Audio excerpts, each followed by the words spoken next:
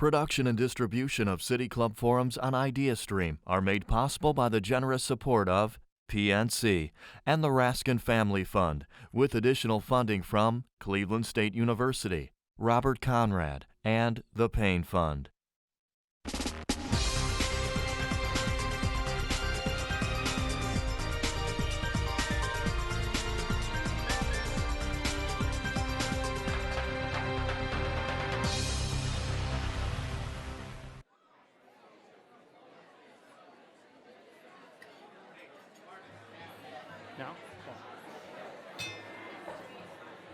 Good afternoon.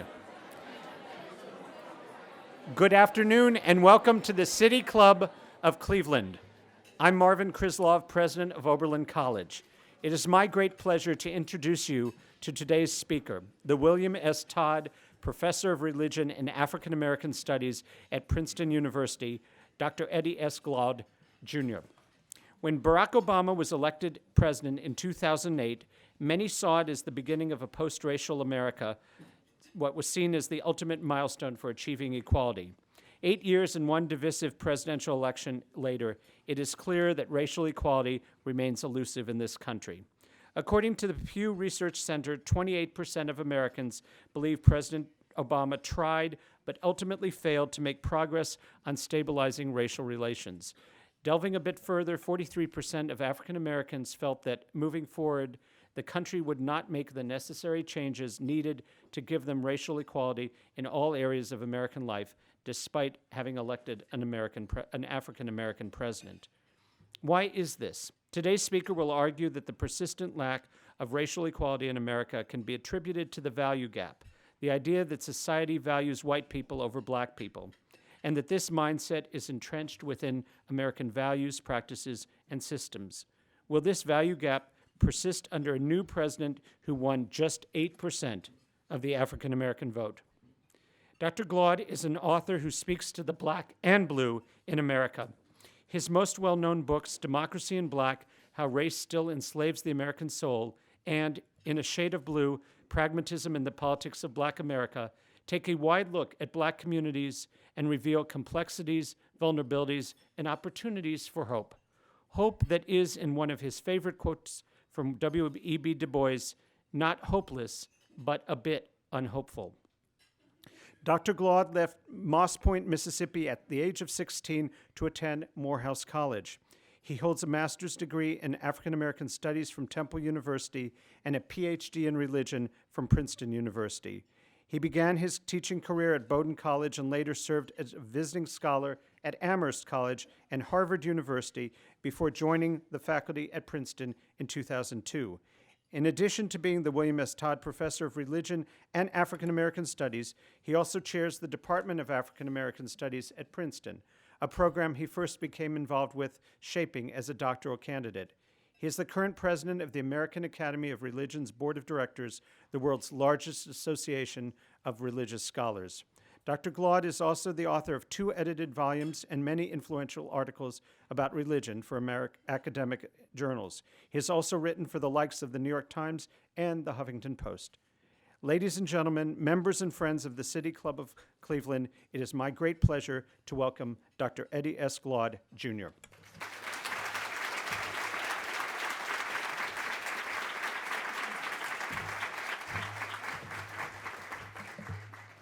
You see my orange folder? Yes. For instance, thank you, Brother Marvin, for that gracious introduction. Thank you, Dan, for your leadership and your vision here. I want to thank Sister Bridget for the work that you guys are doing, Dr. Rhonda for the work that you're doing. There's so many friends, so many faces that it's good to connect with everyone once again here in Cleveland.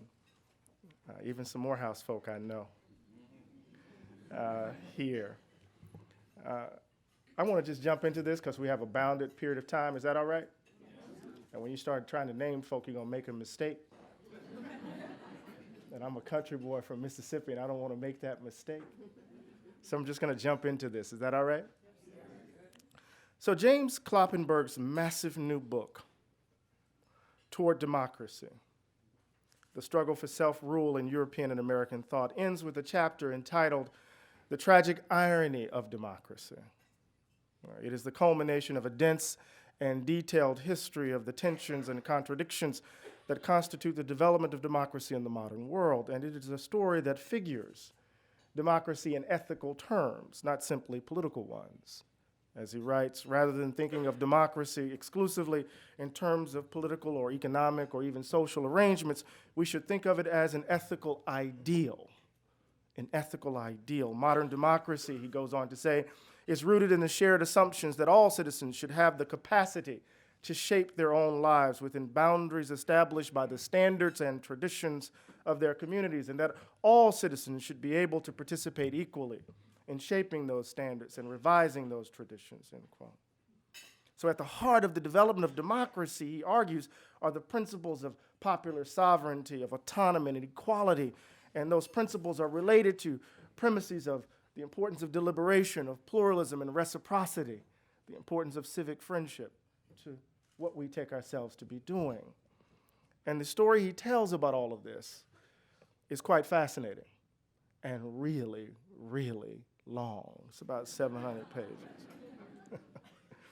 Now, the tragic irony is that our efforts, the tragic irony is that our efforts to instantiate these principles and make real the premises that he's outlined all too often unleash forces that undermine democracy. Or as he put it, generate other pressures that produce new and unanticipated forms of dependency and hierarchy. So as we try to make real the promises of democracy, we often unleash forces that run up against it.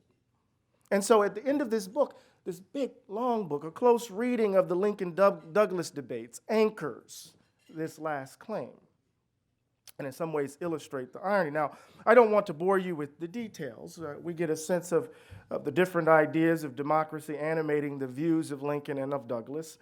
They're both grappling with certain sorts of questions. Are individuals free to do whatever they choose, or should moral limits constrain our choices, right? And in exploring that question, Kloppenberg shows, with particular attention to Lincoln's October 16, 1854 address in Peoria, Illinois, that although Lincoln hated the spread of slavery and condemned its monstrous injustice, those are his words, it's monstrous injustice, he nevertheless held noxious views about black people's capacities and certainly did not view them, us, me, as equal to white folks. And that's all you have to do is think about Lincoln's speech about the Dred Scott decision in 1857 and his response to those who accused him of supporting interracial marriage, right? Quote, there was a natural disgust, Lincoln said, in the minds of nearly all white people to the idea of an indiscriminate amalgamation of the white and black races, end quote. Or the July 17th, 1858 speech in Springfield, what I most desire, he said, would be the separation of the white and black races, end quote. For Lincoln, slavery was indeed a moral and social and political evil that deformed and distorted American democracy.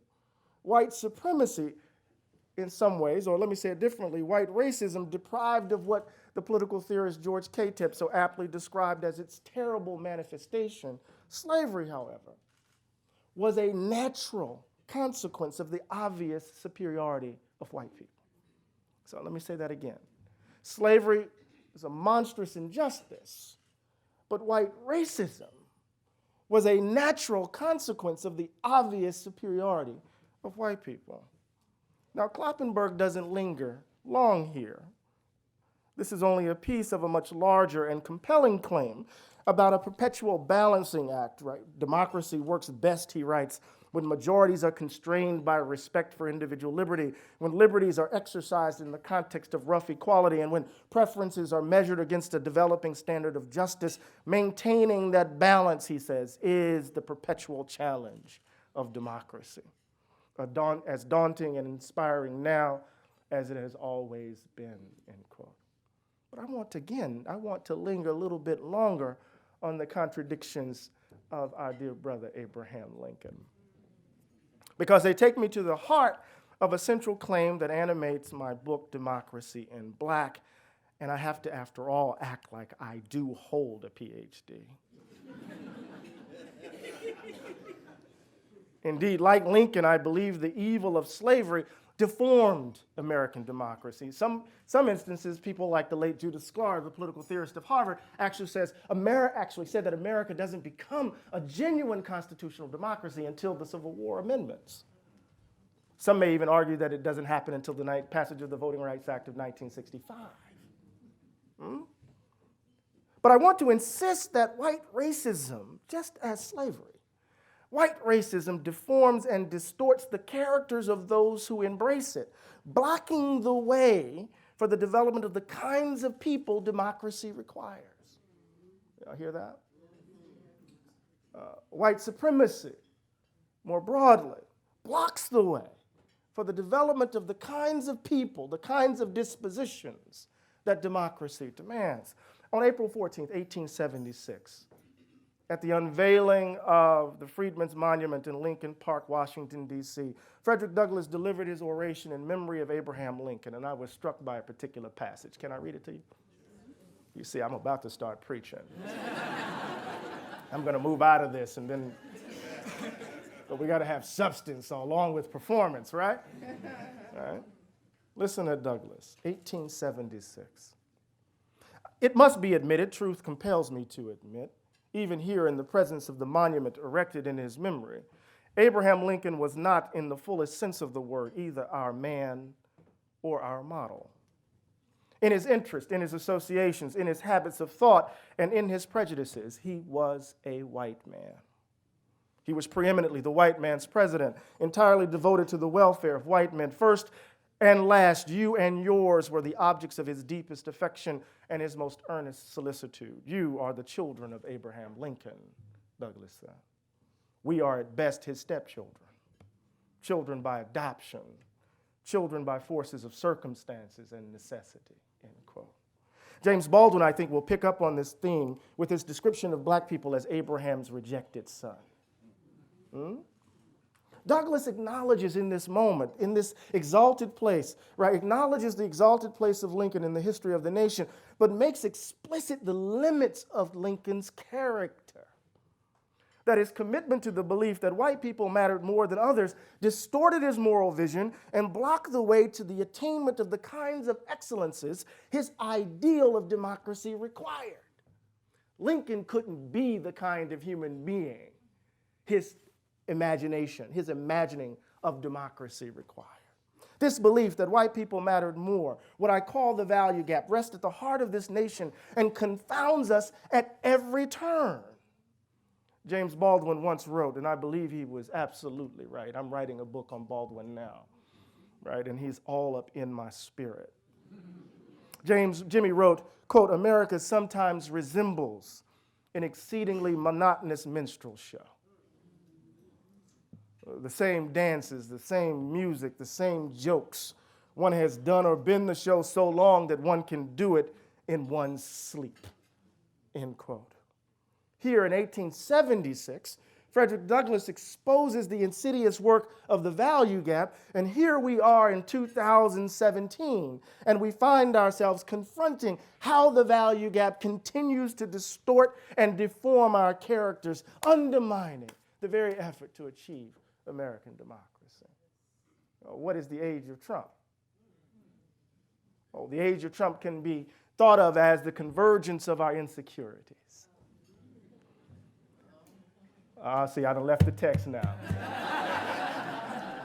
Can be thought of as the convergence of our insecurities. What do I mean by that? Right? We understand that this past election had everything to do with our economic insecurities. That even with the black man in the White House, Wall Street is booming, right, while Main Street still struggles to figure out how they're going to make ends meet. Right? Wages have ticked up just a bit, median household income just a bit, but everyday ordinary folk trying to figure out, y'all know this in Cleveland, in the Rust Belt, trying to figure out how they're going to make ends meet. Economic insecurity, people trying to figure out why is it that they're working harder for less? How is it that my house isn't worth anything? How is it that I can't afford education for my kids? How is it that if one of us gets sick, everything falls apart? Economic insecurity as one vector. And then, of course, there's white insecurity. you know, Middle America, I don't know. Middle America looks pretty diverse to me. But, you know, Joe Scarborough's always telling me, it's about the Central Time Zone. It's like, well, damn, Joe, I grew up in the Central Time Zone. Right? But the insecurity of white Americans, right? That somehow, as Kathy Kramer has argued, that what has happened since the Civil Rights Revolution is that big government has been taking things from well-deserving white people and giving it to meritless people of color. So we're busting our behinds and working hard, and our houses aren't worth anything, and our salaries have flatlined, and the manufacturing jobs that gave us a middle-class existence, they're gone, and they're gone not just because of NAFTA, but because of automation. And I can't figure out how I'm going to live, and I look at this black man at Princeton with the Hickey Freeman suit. What's going on? And then you think about Barack Obama won the presidency with only 38% of white folk voting for him. That the demographic revolution that will define the browning of America isn't something in the distant future. It's happening right now, that more black and brown babies were born in the United States than there were white babies. That Trump did not expand the electorate in any substantive way. That he got perhaps just a little bit more than the percentage of white voters who voted for Mitt Romney. That the demographic data is actually quite clear. Hillary Clinton lost in part because of voter suppression and because young millennials voted third party, not because Trump did anything different. White insecurity joins with economic insecurity, and then the third vector, of course, is Trump's own insecurities. This is the age of Trump, the age of insecurity, overdetermined by the reality of the value gap.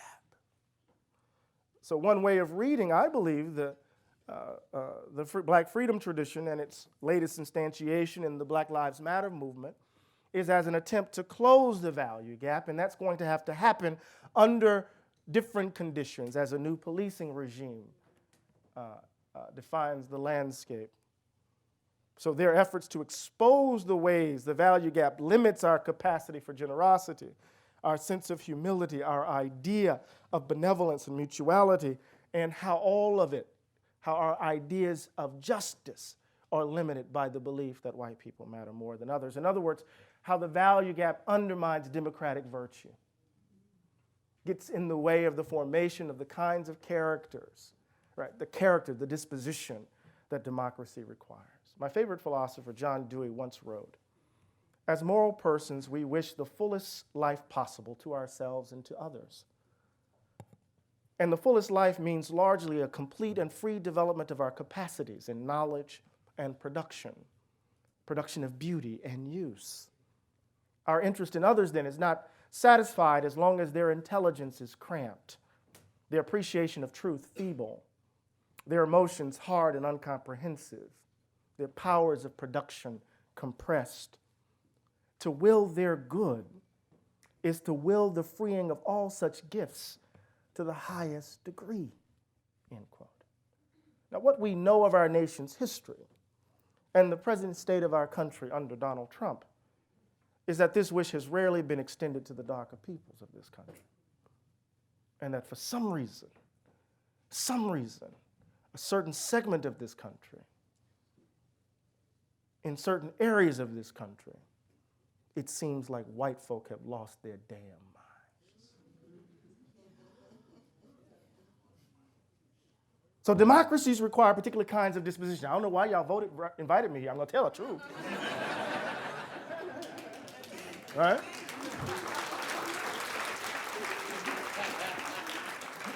I'm pointing at Dan, so I'm sorry. Democracies require particular kinds of dispositions to work admirably, but something has distorted and disfigured our national and individual character. We talk about the achievement gap, we talk about the wealth gap, we talk about the empathy gap, but underneath it all is the value gap. And the value gap is the fundamental belief that white people matter more than others. And that belief, and the notion of belief here comes out of my reading of Charles Sanders Peirce. Belief is thought as rest. Belief is thought at rest. That this belief that white people matter more than others has always constrained the way in which we imagine democracy in this country. Just think about John Adams saying to King George, "We will not be your Negroes."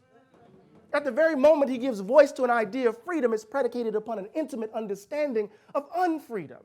At the very moment in which we give voice to the principles of liberty, freedom, and equality, we reconcile it with racial slavery, limiting its extension.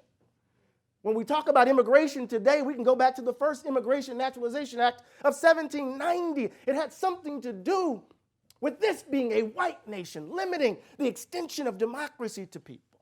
See? At the very moment in which we give voice to democracy is limited and constrained by an assertion that white people matter more. Let's go to the Civil War and radical Reconstruction, a moment of genuine multiracial democracy. What happens in the face of it?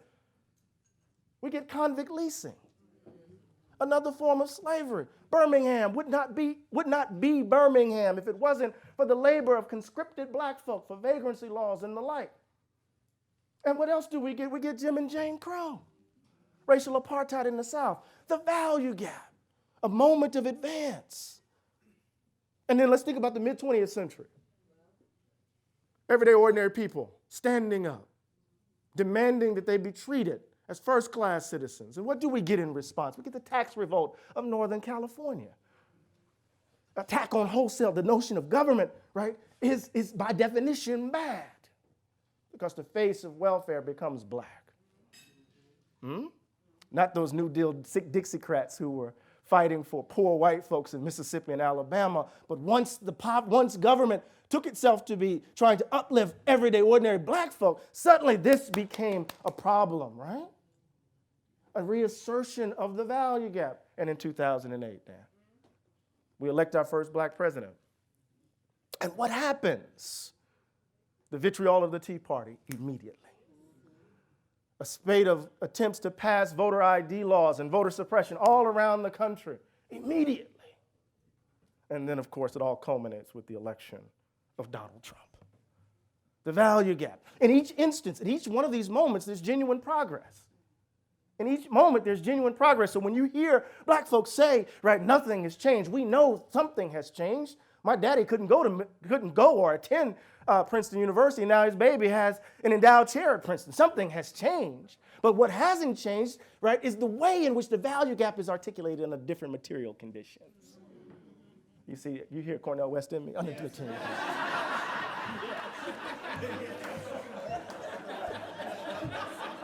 That's my man. That's my man.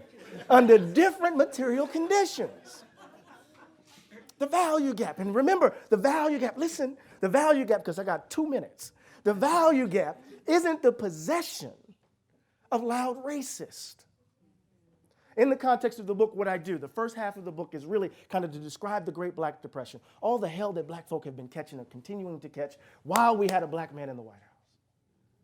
While people were kind of celebrating this achievement, all hell was breaking loose in our communities in terms of jobs, in terms of housing, in terms of criminal justice. We were burying our babies while this black man was in the White House. Babies killed at the hands of police. I don't need to bring this up in Cleveland. And then I was trying to figure out, well, how is the case? And well, then the value gap came to mind that in this country, certain lives are valued more than others. And what does that mean? It has an impact on our character formation, right? And so the next chapter is that it's racial habits, right? That the value gap isn't the possession of loud races. We're looking for the alt-right. That's just a nice way of talking about white supremacists and white nationalists. We're looking at these bad people as if we're watching All My Children.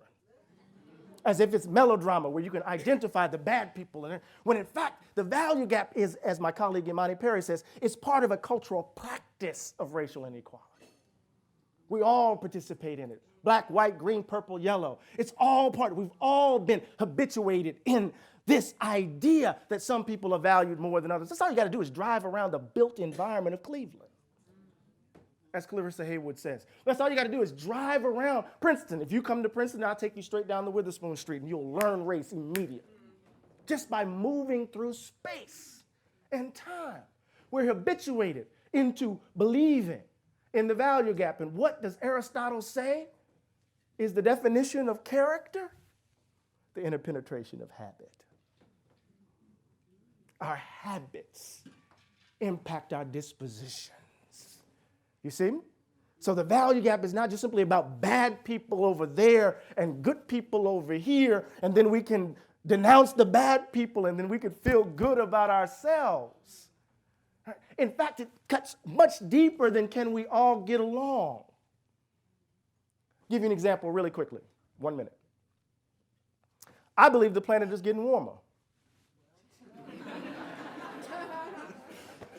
Yes? We're in Cleveland in February. This year was the hottest year on record. Last year was the hottest year on record. The year before that was the hottest year on record. I'm not a climate change denier, trust me. But if you look at my house, you look at the car I drive, you look at the light bulbs in my crib. For those of you who don't know what crib is, it's a house. You look all around my lifestyle, you would think I thought the planet was just fine. We're looking for the big bad racists, but the ways in which the racial inequality, the ways in which it's reproduced has everything to do with our daily choices. I just want my kids to go to the best schools. Social science data has revealed what that means is we want to know how many black and brown kids go to that school. Right? I just want my house to be worth something. I want to live in a safe environment. We have all of these proxies for talking about race without talking about race because we're afraid. But I'm with Malcolm on this, Bridget. Stop sweet talking. Tell them what kind of hell you've been catching. And let them know if they're not ready to clean up their house. If they're not ready to clean up their house, they shouldn't have a house. It should catch on fire and burn down. Now that scares the hell out of people. And I'm not talking about burning down anybody's houses. But if we're going to address the value gap, we're going to have to embrace frank speech. We're going to have to be able to speak the suffering into existence. We're going to have to confront the ugliness of who we are as a nation and who we have been. Because if we don't, if we continue not to confront who we are monstrous. Monstrous. So part of what I argue is that we need a revolution of value. Everyday ordinary people, black, white, all of us need to join together and demand a different idea of government. Demand a different conception or an idea of black people, which means we have to kill the idea of white people. There's a wonderful line I've been puzzling over in Jimmy Baldwin. He says, I've been loved by a lot of people, and some of them happen to be white. Trying to figure out what he means by that as a moral claim. What does it mean? What does he mean by that? So we're going to have to kill an idea of whiteness in order to liberate us from the shackles of color. This is not an easy universalism. It's something much more profound. And lastly, this revolution of value is going to require, right, that we change what ultimately matters to us. Donald Trump is just simply an exaggerated indication of the rot that lies within all of us. He is a reflection of us. And it's easy to fall into the kind of melodrama of that's the bad guy. Suddenly, deportation is bad. Barack Obama was deporting a lot of people. He was deporter in chief. What does it mean to be committed to this justice work? It doesn't matter what color the person is. You got to be committed to this justice work, right? And so part of what it involves is, to me, uprooting the value gap, closing the value gap, uprooting those racial habits that give the value gap life, addressing the fear that is its motor, requires of us a kind of democratic politics where we have to tend to each other. We have to tell the truth to each other. We have to accept the humanity of each other. And we're going to do that in struggle over democratic principles, over democratic life, in the midst of struggle. That's how it's done. And so I'm out of time. I was given a hard stop. The only way we can become the kinds of people that Lincoln's version of democracy requires, a government of the people, for the people, and by the people, is that we have to embrace with love all the people. All right? All right, let's go. Let's have some questions.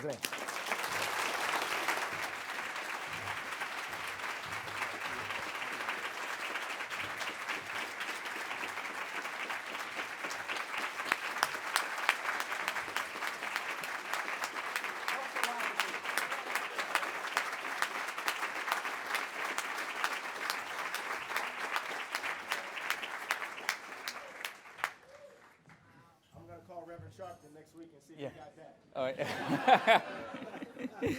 right. The radio audience should know that was a standing ovation. I'm Dan Malthrop, CEO of the City Club, and today we're enjoying a forum with Dr. Eddie S. Glaude, Jr., the William S. Todd Professor of Religion and African American Studies at Princeton University. Dr. Glaude appears today as part of Stokes Honoring the Past, Inspiring the Future, which is a series of programs throughout the community, not just here at the City Club. City Club of Cleveland is proud to be a partner in the year-long community-wide commemoration of the 50th anniversary of Carl Stokes' election as mayor of Cleveland. Mayor Stokes and his brother, Congressman Louis Stokes, played key roles in the advancement of the city and the nation through the civil rights movement and beyond. And they were frequent speakers here at the City Club of Cleveland. We're about to begin the Q&A. We welcome questions from everyone, City Club members, guests, students, or those of you joining us via our webcast. If you'd like to tweet a question, you can tweet it at the City Club, and our team will work it into the program. We want to remind you again that your questions should be brief and to the point. Holding our microphones today are content coordinator Teddy Eisenberg and our director of programming, Stephanie Jansky. May we have the first question, please? Seriously? Right there. Here's one right there, Doc. Thank you. They're not going to give it to you. Oh, that's right. Forgot the rules. Thank you for that commentary. Sure. One of my concerns with leaders like Trump is that they do a great job in creating division among different groups of people who in any other circumstances would be friends and colleagues. How do the good among us who bear different races, who fought this fight and continue to fight it, how do we remove the wedge that on the surface looks like it's real and find each other and then coalesce to continue the fight? That's a great question, and we have examples. I always lift up the Forward Together movement in North Carolina. And the Forward Together movement in North Carolina with Reverend William Barber as one of its major representatives, they found themselves after 2008 ground zero for a kind of conservative backlash. And that ground zero meant that they were going to be inundated with Koch brothers money. And what happened is not only did they, conservative extremists, we want to distinguish between conservatives and conservative extremists. Conservative extremists seized the governor's mansion and seized the state legislature, proceeded to gerrymander and create supermajorities so that the state legislature would look the way it looked. And one of the things that happened is that, rural people in eastern North Carolina suddenly lost the ability, they were losing their hospitals. So they're sick, couldn't go to the hospital because of the state's refusal to accept ACA and the cutbacks. And so Reverend Barber and organizers found themselves going out in those sundown towns that are still in effect and organizing and mobilizing with everyday ordinary white brothers and sisters who were catching hell. And they joined together. And I remember going down there on one of the last year in Raleigh, North Carolina, and over 80,000 people got together and they marched, and it cut across undocumented workers, LGBTQI, people who were concerned about public education, people who were concerned about women's rights to choose, folks who were concerned about, and it was a cross-section of folk, right? And it was decidedly anti-racist. They didn't ask the black folk to leave the particularities of their suffering at the door as a kind of condition for the coalition politics. So Reverend Barber's fond of telling me, if you want to know how to respond to the conservative extremism of Trump, come talk to us because we've already experienced Trump before Trump got elected. And what happened? Just recently, another march in North Carolina of over 80,000 people. But that's just the tip of the iceberg. Folks in Charlotte have been working their behinds off in order to resist the conservative extremism of the state government in terms of the bill around, people call it the bathroom bill. But it's much more than that. It's about being able to sue for discrimination. It's about being able to organize. It's about setting a livable wage, all of these sorts of things. They've been working in that regard. They won the governor's mansion back. They put a black man on the Supreme Court. Right? So all of this has happened over the course, as they've been, as we like to say, out there fighting lions with a switch, but they're winning. Right? So that's an example of the kind of work we can do. When you look at all those women, the women's marches, 2.9 million people gathering. It's amazing. And you see the cross-section of the leadership from Linda to, so these are young women, Muslim, right? LGBTQ. I mean, these are some amazing people, and that was a massive data grab. People forget. 2.9 million people were there. They said, everybody, if you're here, text this number. And you text the number, and immediately you got a text. And then that text asked you, you hear that Mississippi accent, asked you for your email address. And then you sent them the email address, and then as soon as you sent the email address, you got the first 10 actions over the first 100 days. So all of these town hall folks showing up, it's not AstroTurf, that's grassroots organizing. That's grassroots organizing. And let's be clear, I'm gonna get shorter with my answers, I promise. We need to be, how many people didn't vote in the last election? 90 plus million folks didn't vote. So that's the first thing. She already whipped him, Clinton already whipped him in the popular vote. Then you combine that with the folk who voted for the Libertarian Party and for the Green Party. You have to understand where we are as a nation. That the representation of the election of Trump as somehow defining who we are is actually not true. On the ground, it's not true. Right, 70,000 votes, a little over 70,000 votes, 3 states. Right, and I did not vote for Hillary Clinton. I said it. Because you can keep track of different kinds of evils, can't you? At the same time, right? See, now I'm not so endearing anymore. If you're committed to this justice work, you got to understand what Clintonism has done to everyday working people. You have to be mindful of what Clintonism has done to the Rust Belt, what Clintonism has done to folks on the coast of Mississippi, and how Clintonism evidenced itself through, the Center for American Progress and its shadow government, and how it went in 2008 and what they did. Huh? So, it's easy. It's easy when you live in a melodramatic world to throw everything at the lap or the feet of Donald Trump. We need to reimagine American democratic politics from the ground up. But we can talk about that. I was going to ring the bell.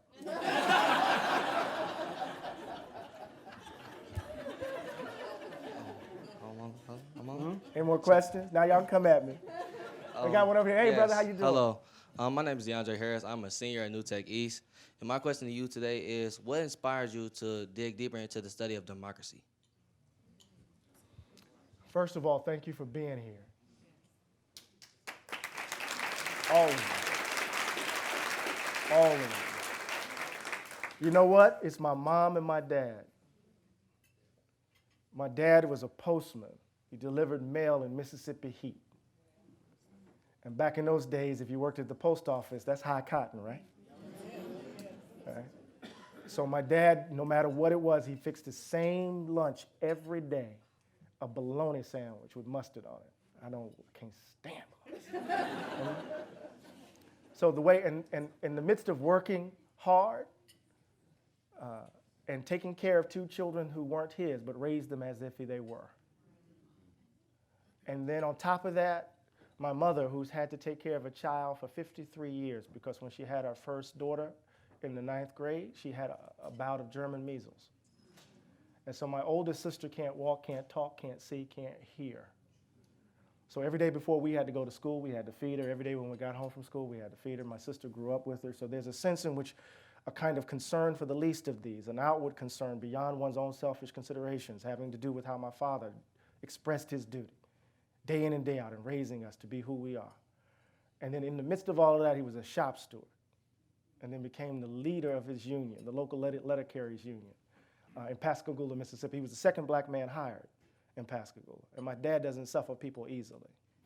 So it was in the context of that intimate space that I came to understand what it meant to stand up for myself. I'll give you a quick example. Miss Davis, my 4th grade teacher, didn't like the fact that she had a precocious black kid in her class. And I remember standing up, screaming, "You're a racist," and walked out the room. Remember I said my dad doesn't suffer fools easily? I thought I was going to get killed when I got home. And this man who didn't say a word to me, who to this day can give me a look at the age that I am and can send shudders through me, said to me, "What did she say?" And I told her what she said. And he said, "Now, every time you hear something like that, you do the same damn thing." That's where it came from.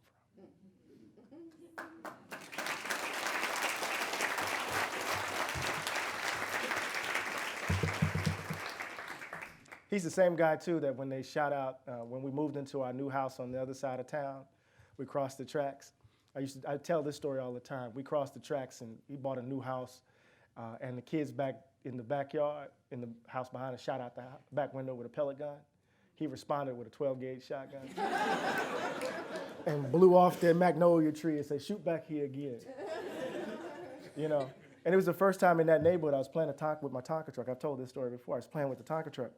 And you know those old Tonka trucks? And all of a sudden I heard, "Stop playing with that nigga." And it was my new friend's dad. And it was the first time I had been called that word in that context. Y'all get the joke, right? Somebody did, right? That context, right? So I went in and told my dad. My dad's a Vietnam vet, always had his 38 on him, ran outside. And then I said, you know, typically I say, that's the way you tell the story of American racism, right? Some child gets called a name, the N-word, by some mean-spirited adult, and then that child has to spend the rest of her life proving that she's not that. But at the age of 8, I already knew we were moving from the black side of town to the white side of town. Because my old neighborhood, when it rained because of bad pipes, it flooded. The houses were smaller, the schools weren't as good, the sidewalks weren't paved, the baseball diamond wasn't cut. I had already learned in the spilt space that the value gap, getting called the N-word, was just icing on the cake. You see what I mean? So yeah, that's a long-winded answer. Anybody? Yeah, how you doing? I'm gonna be real quick. Okay. I'm lying. Go ahead. First of all, I want to thank you for speaking to all of us. I really appreciate it. I'm starstruck. Honestly, my name is Marina Zimic. I am a student at Cleveland State University. I'm an aspiring educator in the Cleveland School District. Can't imagine anywhere else. The question I have for you was, how can everyone in this room, my future students, my students that I have now, how can we as a people individually fight and eradicate these cultural habits that you suggested that we had, and how can we eradicate that so we can just get rid of this value gap, because it's disgraceful. That's the hardest thing, right? So it's not going to happen just tomorrow, right? We're going to have to figure out, how do we struggle together. You know, the second half of Democracy in Black is a conversation that I staged in my head between two of my favorite theorists. One is Sheldon Wolin, the late Sheldon Wolin, and the other is Miss Ella Baker. And Miss Baker had, even when she was losing her memory, and folk would come see her, and the first thing she would ask them was, "Who's your people?" And it was reflective of a certain kind of politics that Wolin describes as a politics of tending. A politics of tending. That in the context of local struggle, right, we build relationships, right? We build a connection with each other that allows us to see ourselves, to see one another, right, in a different sort of, so we can build mutuality, to build civic friendship in the context of individual struggle, right? Not when somebody comes in to lead everybody, right, but to do exactly what Ms. Baker suggested, right, to create the conditions under which we all can see that we're the leaders we've been looking for. And that requires in so many ways that you and I can struggle together, where you can see me for who I am. Not as, you know, it's like that joke that Ralph Ellison used to say, "Yo, Jack, somebody lives under the stereotype. Somebody's under here," right? So you have to do that in the context of some specific struggle, right? It's right in front of you. It could be the public schools, right? It could be around criminal justice and policing. We're gonna have to do some work, y'all, around policing. They're about to change the game. Right? And we're gonna have to protect those folk who are out in the streets, challenging them, because they're gonna if they're gonna lock up they're gonna lock up journalists. You know what they're gonna do for activists, right? So we got to figure out where we're gonna find, and if you're clear that you don't want to go to jail, understand your lane. Understand your lane. But the way in which you build genuine relationships is in the context of tending to one another, tending to the human being right in front of you. And it's not something that happens immediately. But what we do know is that it can happen and that it is happening. Does that make sense? Hi, my name is Kyra Wright. I'm a senior at Bedford High School, and growing up, I was always told by my elders, like, oh, you don't know what you're talking about, don't say nothing, don't say nothing. So how can me and like my peers as young people, how can we tell our other peers about, getting rid of the value gap and also those above us, like our elders? Yeah, that's a real good question. Woo, woo.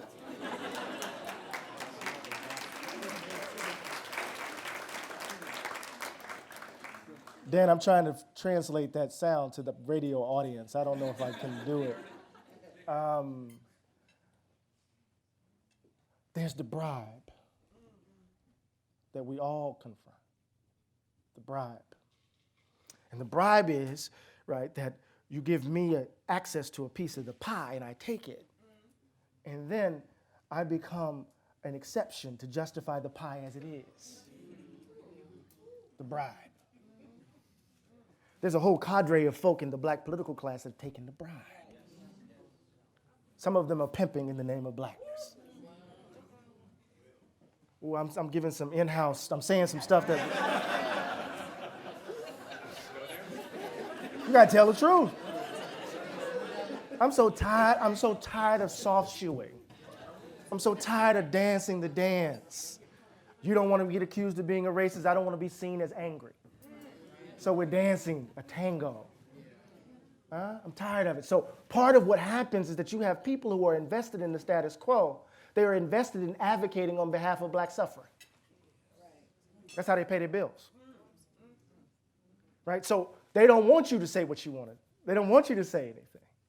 I remember asking Julian Bond this question. He said, when we were in SNCC, we didn't ask for the baton, we just snatched it. We just took it. Student Nonviolent Coordinating Committee. Right?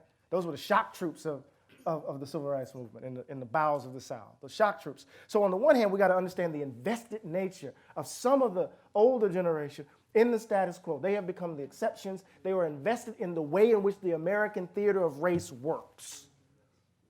Somebody gets police, something happens, then folks march. We all say, hold people responsible. Some donor gives money to an organization on the sly. I just told the truth. And then they stop marching, and then we wait till the next moment. That's the kind of theater of American racial politics, right? So we have to challenge that. But you can't challenge it by saying stuff that ain't right. This ain't your mama's civil rights movement. Meredith, as soon as you say that, that means you didn't understand your mama's civil rights movement. So part of what we have to do is to begin to build reading habits, to understand the tradition that is the wind beneath our wings, so that we can prepare ourselves, right? So that we can prepare ourselves to enter the struggle. The great thing about youth, right, is that they say the world as it is isn't sufficient.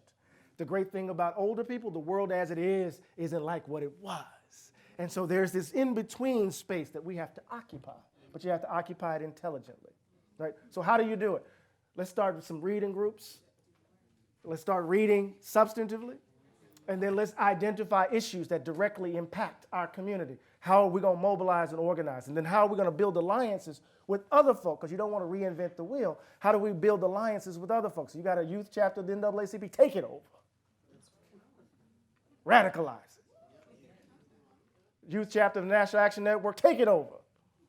Radicalize it. And if they don't want you in there, then start something new. You see what I mean? Right? That's a long-winded answer. But you know what, though? You the leader you've been looking for. Oh, my God, what we need today is people not longing for Malcolm, not longing for Fannie Lou. We don't need a nostalgic stance. We need a radical democratic posture in this moment. Sometimes you got to sing off key to be heard.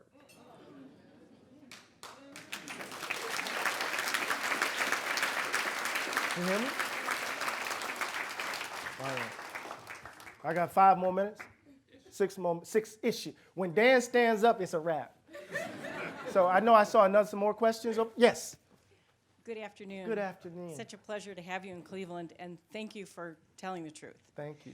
So you talked about the value gap and how it's so congruent with the idea of democracy, and then you talked about the ravages of the Rust Belt. And I'm very interested in hearing you talk about democracy in the context of capitalism.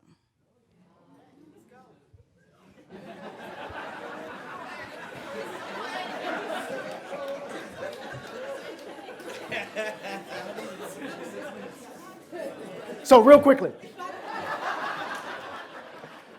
4 minutes, so really quickly.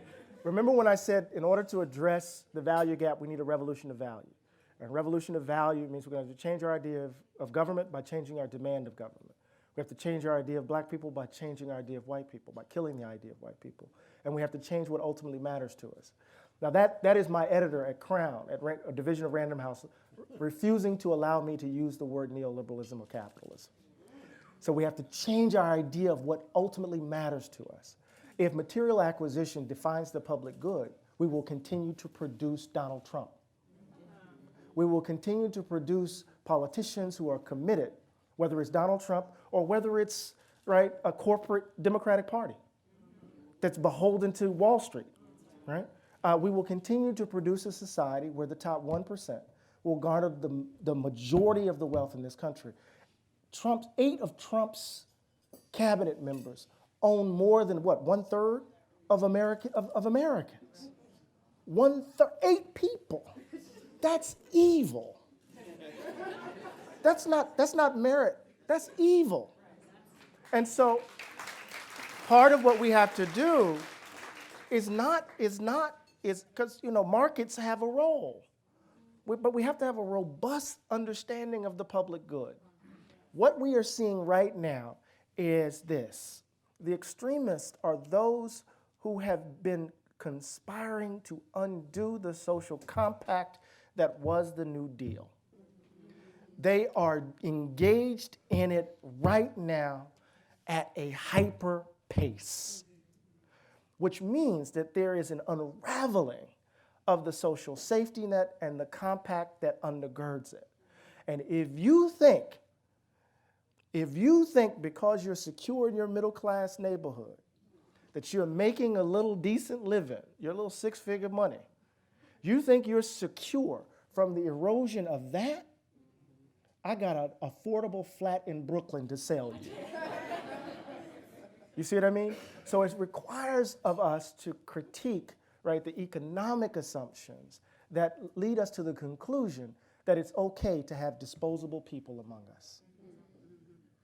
Because our current economic system is predicated upon the belief that it's all right that there's some folks out there that are disposable. I think we got, nope, we don't. It's a wrap.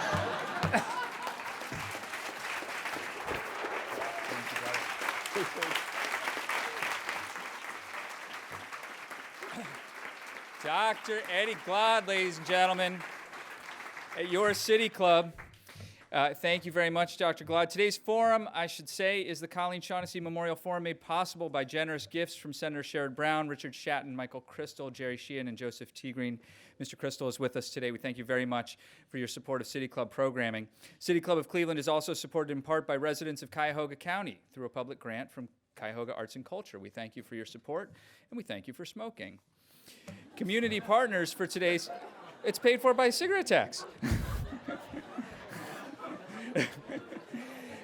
It is.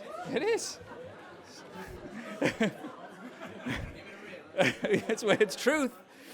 Community partners for our program today are Showing Up for Racial Justice and the Social Justice Institute at Case Western Reserve University. We appreciate your partnership.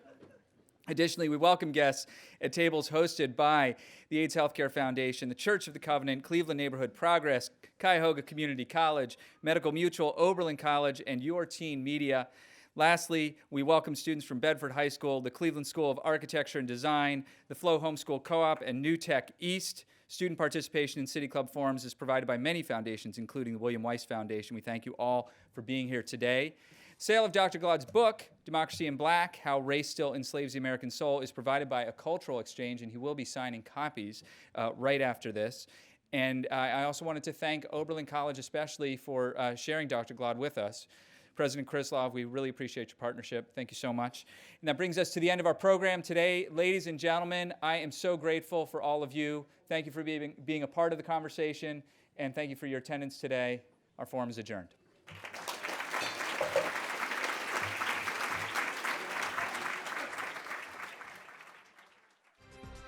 For information on upcoming speakers or for podcasts of the City Club, go to cityclub.org.